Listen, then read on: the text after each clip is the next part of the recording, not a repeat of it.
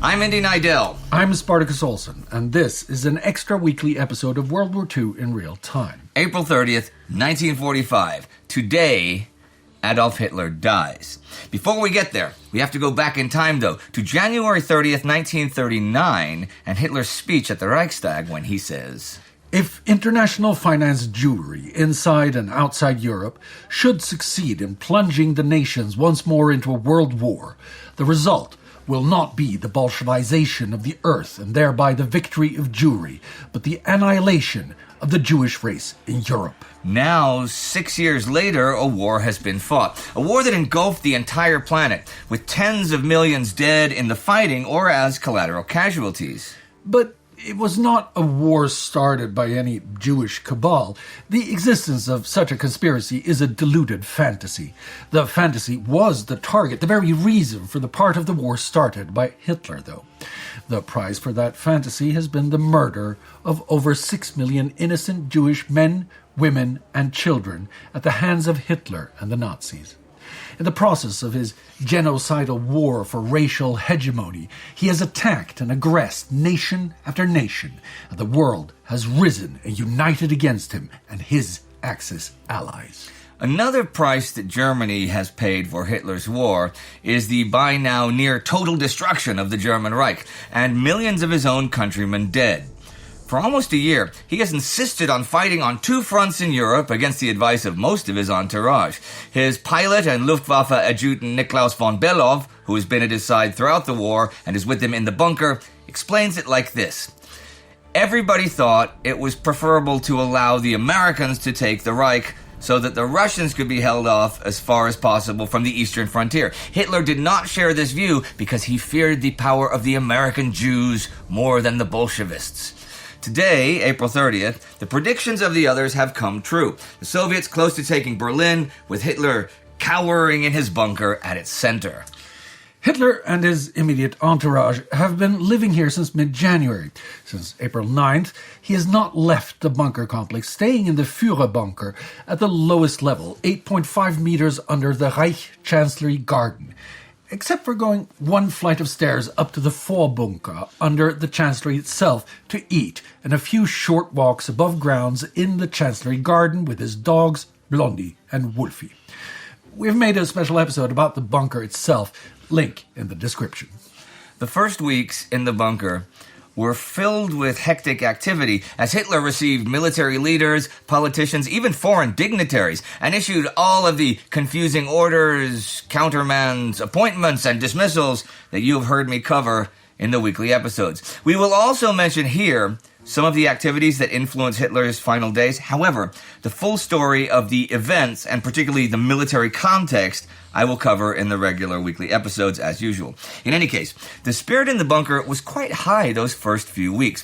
One of Hitler's secretaries, 25-year-old Traudl Junge, will later remember, "Today it seems to me almost incredible that we still trusted Hitler's confidence and his belief in victory at the beginning of that February. Cheerful, light-hearted conversations were still conducted at meals. We seldom discussed the gravity of the situation."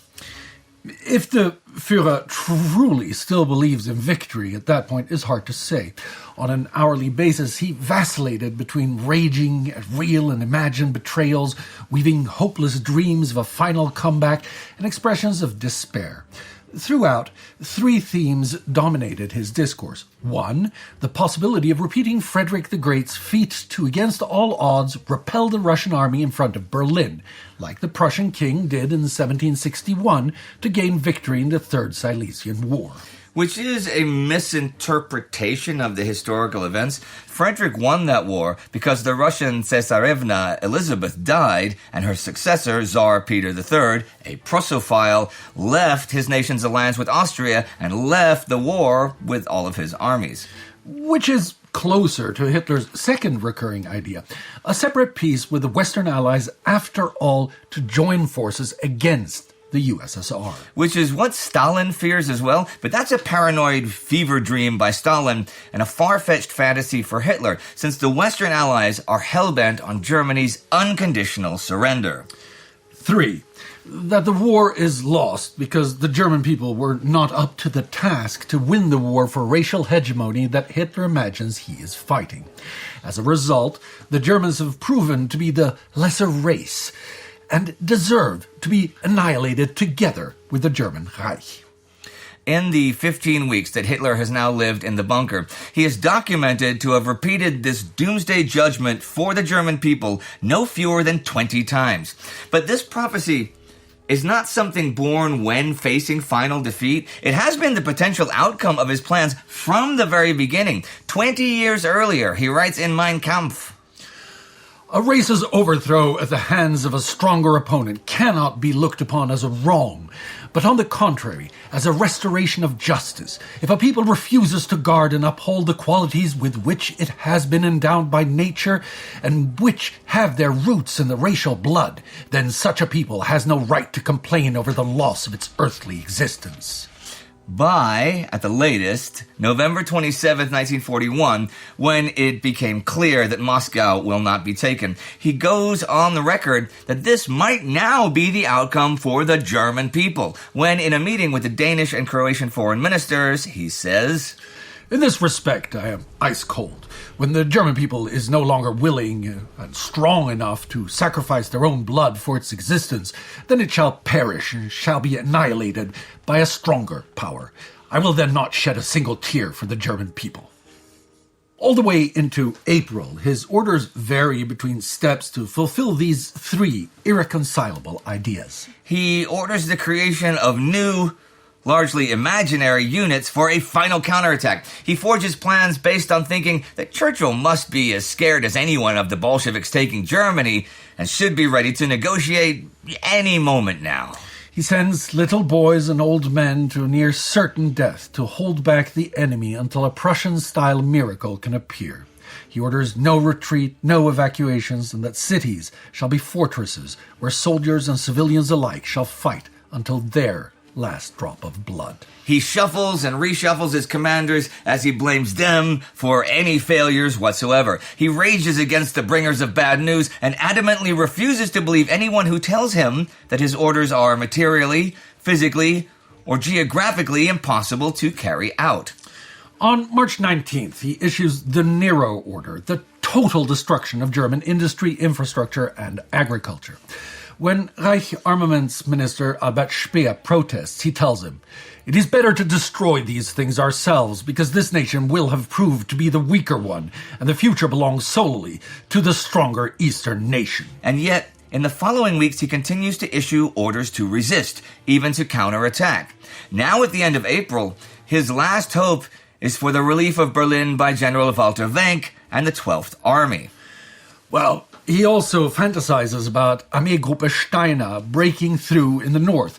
But you will know from Indy's coverage that this is not going to happen. Today, on April 30th, SS Obergruppenführer Felix Steiner himself is on his way west, intending to surrender to the Americans. A final relief by Wenck is equally impossible. By April 20th, Hitler's birthday, Red Army forces are penetrating into the suburbs of the Reich capital. Berlin is bombed from above. The Soviet artillery barrages on the inner city begin in preparation for the street-by-street fighting to come, and the first grenades strike the government quarters around the Reich Chancellery. The well-wishers who have gathered for the Führer's birthday, Goebbels, Himmler, Ribbentrop, Dönitz, and others, urge him to leave the city, go south, and prepare some kind of redoubt, a last defense with the Alps as his fortress. He wants to wait and see. He's also a physical and mental wreck. Years of unleashing horror and war, daily drug use, and possibly rapidly progressing Parkinson's disease has left the 56-year-old looking decades older. Traudl Junge notes how his hand shakes as he lifts a spoon or fork to his mouth. He has difficulty getting out of his chair, and when he walks, his feet drag over the floor. That evening, Hitler finally decides to stay in Berlin. Junge will recall the moment. In the evening, we sat crammed together in the little study. Hitler was silent, staring into space. We too asked him if he wouldn't leave Berlin. "No, I can't," he replied. "I must bring things to a head here in Berlin or go under." Hitler had now said out loud what we had long seen, with terror as a certainty. He himself no longer believed in victory. He retired early, and the birthday party broke up. The next day, April 21st, Hitler is woken up by artillery explosions immediately above them at 9:30. He calls Chief of the General Staff of the Luftwaffe, Karl Koller.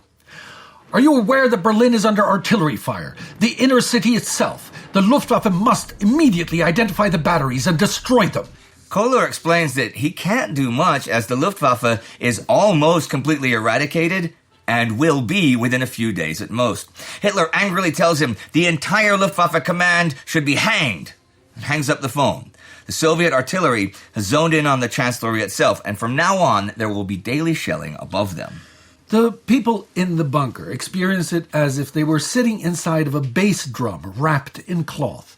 Each hit above them is amplified yet muffled, breaking through the constant humming of the generators and pumps, sustaining the atmosphere and punctuating the silent anticipation of the inevitable as Hitler mulls over his fate. He issues some useless orders to Steiner, tells Eva Braun to leave for Berchtesgaden while there are still any planes at all that can fly, and dismisses both of his two remaining secretaries.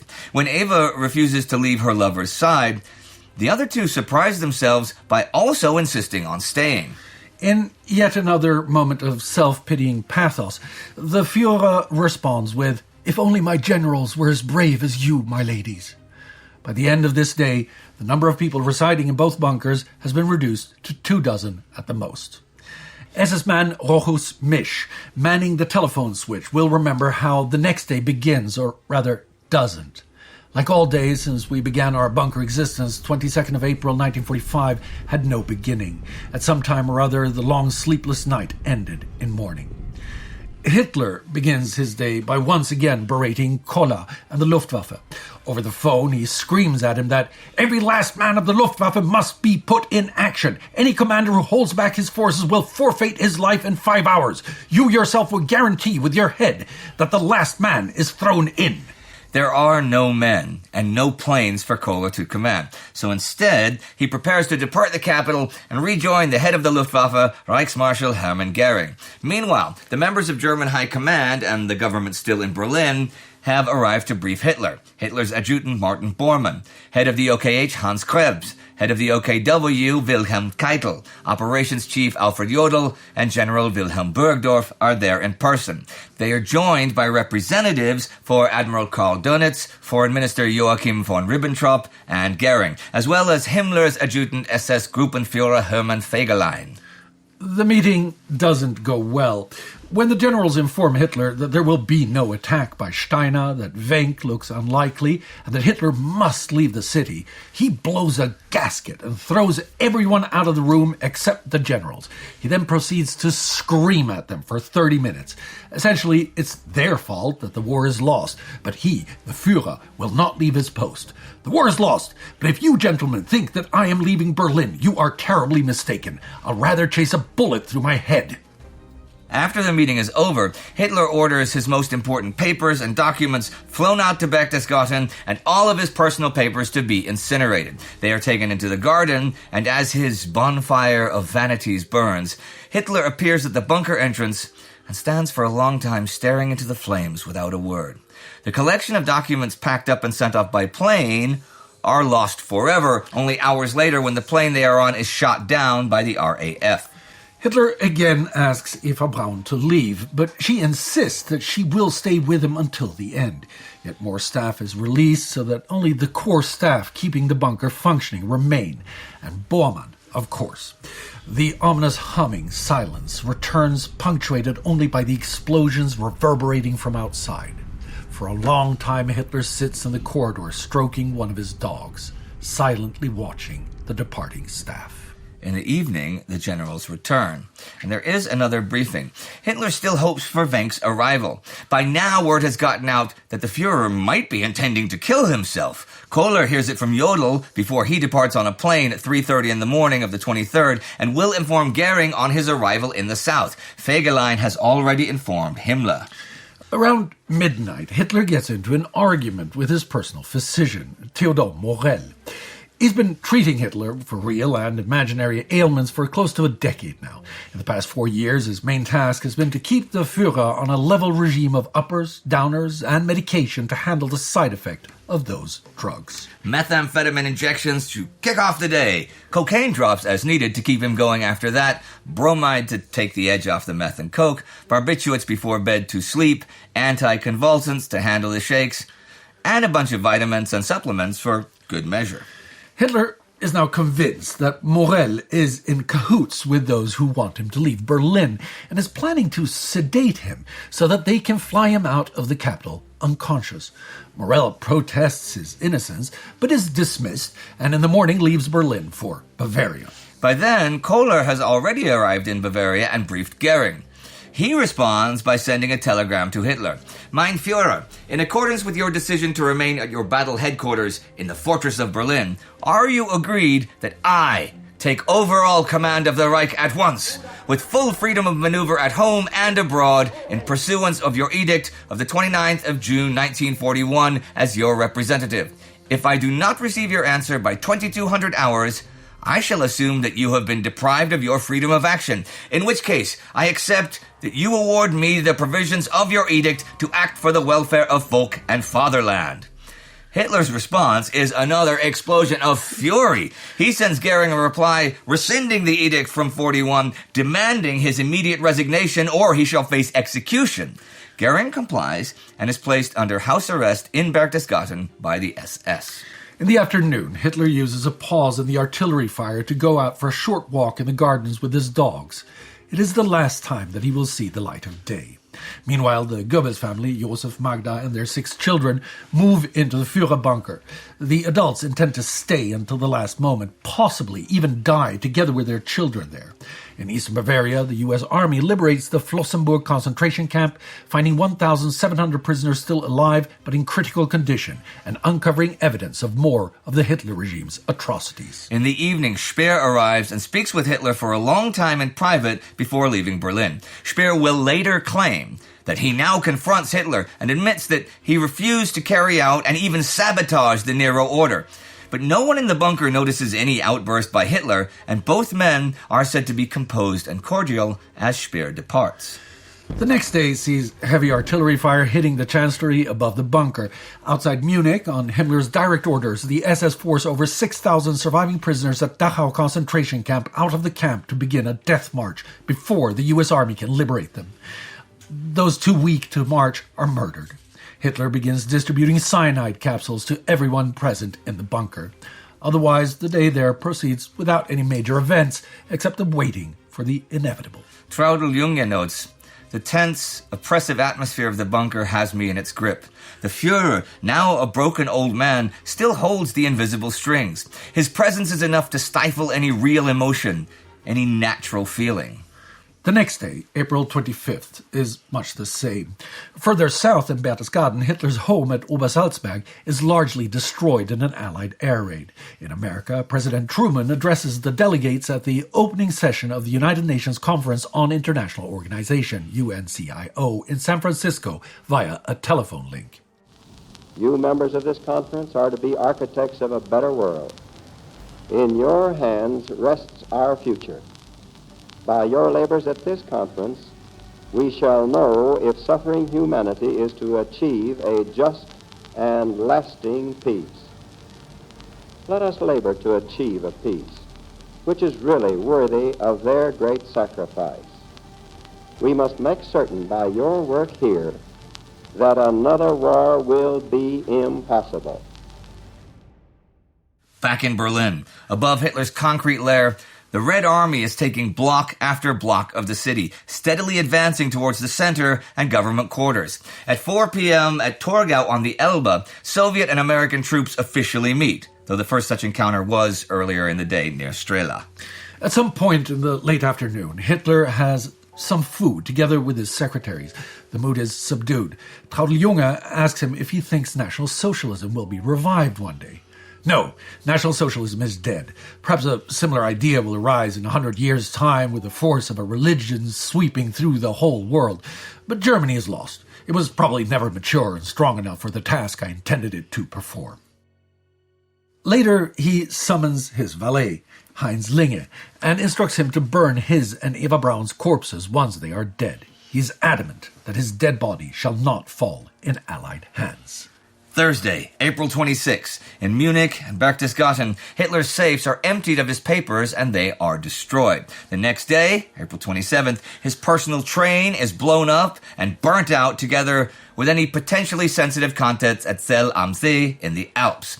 At noon, Hitler wants to see Fegelein, but he is nowhere to be found. A couple of SS men are sent out to locate him. They find him in his apartment in bed with a woman who is not his wife.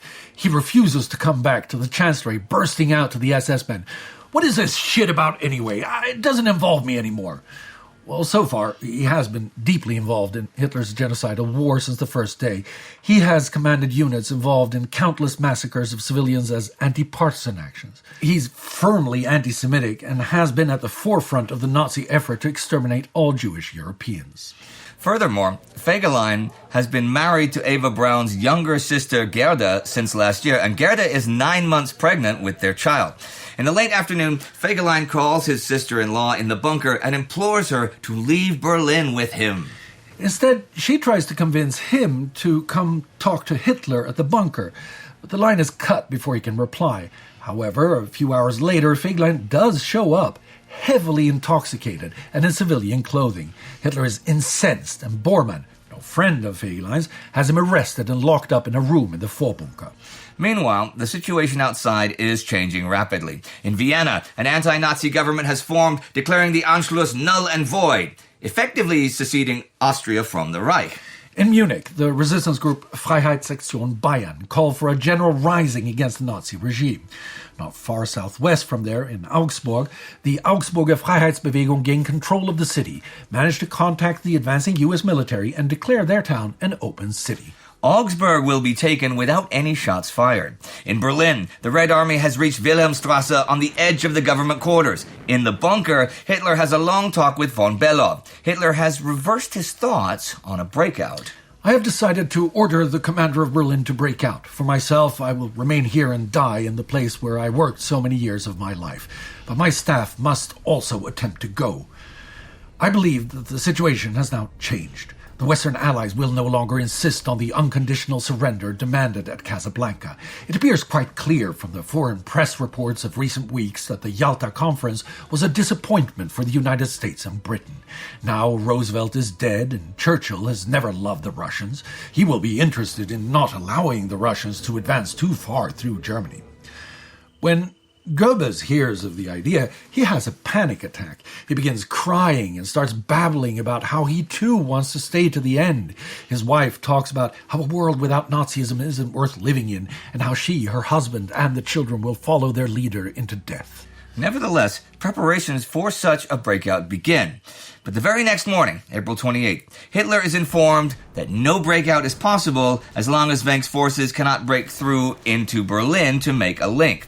Hitler sinks back into apathy, and soon his hopes for a separate armistice with the Western Allies are also gone, which brings the situation with Fegelein to a head.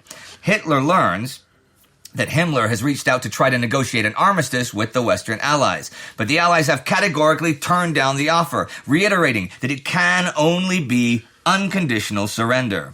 If it's anger at this last hope gone, paranoia, or just a product of a deteriorating mind is unclear.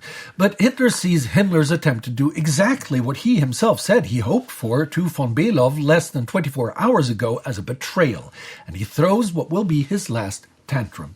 In the meantime, Bormann has found documents in Fegelein's possession showing that he was aware of Himmler's plan and was involved in setting it all up. A court-martial is hastily assembled with Krebs presiding, but Fegelein is too drunk to stand. He pleads for his life, he cries, vomits, soils himself, and cannot answer any questions coherently. Krebs concludes that it's all useless and sends Fegelein back to the room turned cell. The matter is now left to Hitler to decide, and in his view, Fegelein must pay the price. Eva Braun implores him to spare her brother-in-law, but it's in vain. Fegelein is taken out of his temporary cell and executed by some machine gun fire to the back in a corridor of the Chancellery cellar.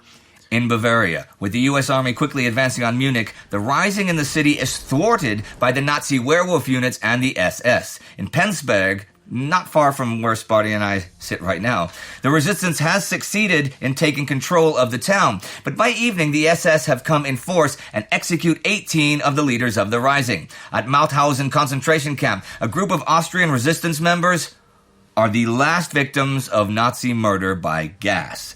Outside Milan, Benito Mussolini is executed by Italian partisans. In the early evening, Hitler summons Traudl Junge. She is to take dictation. When she wants to get her typewriter, he tells her no. He wants her to take it down in shorthand and then type it out in triplicate as fast as possible. Then, suddenly, the Fuhrer utters the first words, "My political testament." For a moment, my hand trembles. Now at last, I shall hear what we've been waiting for days. An explanation of what has happened, a confession, even a confession of guilt, or perhaps a justification. But my expectations are not fulfilled. In tones of indifference, almost mechanically, the Fuhrer comes out with the explanations, accusations, and demands that I, the German people, and the whole world know already. I look up in surprise as Hitler names the members of the new government. I don't really understand what's going on. If all is lost, if Germany is destroyed, if National Socialism is dead forever, and the Fuhrer himself can see no way out but suicide, what are the men he is appointing to government posts supposed to do? I can hardly grasp it. In the course of dictating his personal will, it becomes clear that he intends to marry Eva Braun, and shortly before midnight they are wed. Hitler does not spend the night with his new wife. Instead, he broods in his study, checks in with Keitel via radiophone if there is any news about Wenck, and regularly asks about the progress with typing out his testament. It's typed and ready to be signed at 4 a.m. As Junge immediately noticed, it's an exercise in both futility and absurdity. The only point that will have any effect on the future is that he names Admiral Karl Dönitz as his successor. In this final moment of complete detachment to reality, Hitler orders him and a slew of other appointees to continue the war. He portrays himself as a soldier destined to fight for the good of the German race, choosing to die a hero's death and join the fallen of the nation. The testament closes the circle back to his Reichstag speech from 1939 when he lies and says that it is untrue that I or anyone else in Germany wanted the war in 1939. It was desired and instigated exclusively by those international statesmen who were either of Jewish origin or worked for Jewish interests. I have also made it quite plain that if the nations of Europe are again to be regarded as mere shares to be bought and sold by these international conspirators in money and finance, then that race, Jewry, which is the real criminal of this murderous struggle, will be saddled with the responsibility. Whereupon he claims that the 6 million innocent men, women, and children and infants he and his regime have murdered in the most beastly fashion were in fact justly and humanely killed as punishment for starting the war, which, for an abundance of clarity, in reality he himself started based on this deluded fantasy of fighting a global conspiracy. After signing the testament, Hitler sleeps for a few hours. At noon, April 29th, Hitler holds his last situation conference. He again inquires about relief and issues orders to fight to the last man to defend the city. Meanwhile, U.S. troops liberate Dachau and arrive at the edge of the city where Hitler's journey to infamy began, Munich. In Milan, Mussolini's corpse and that of his mistress Clara Petacci are put on public display, hung upside down on a gate. Hitler will be informed this evening at 11 p.m. At 4 p.m., Hitler's dog Blondie and her grown pup Wolfie are killed by testing the cyanide capsules on them. Other than that, the day is spent in tense anticipation, waiting for Hitler to decide when his suicide will happen. Goebbels, again teary-eyed and panicked, has Junge write up his testament as an addendum to Hitler's. Above ground, the Red Army is now mere hundreds of meters away, fighting their way from building to building towards the Chancellery. April 30th.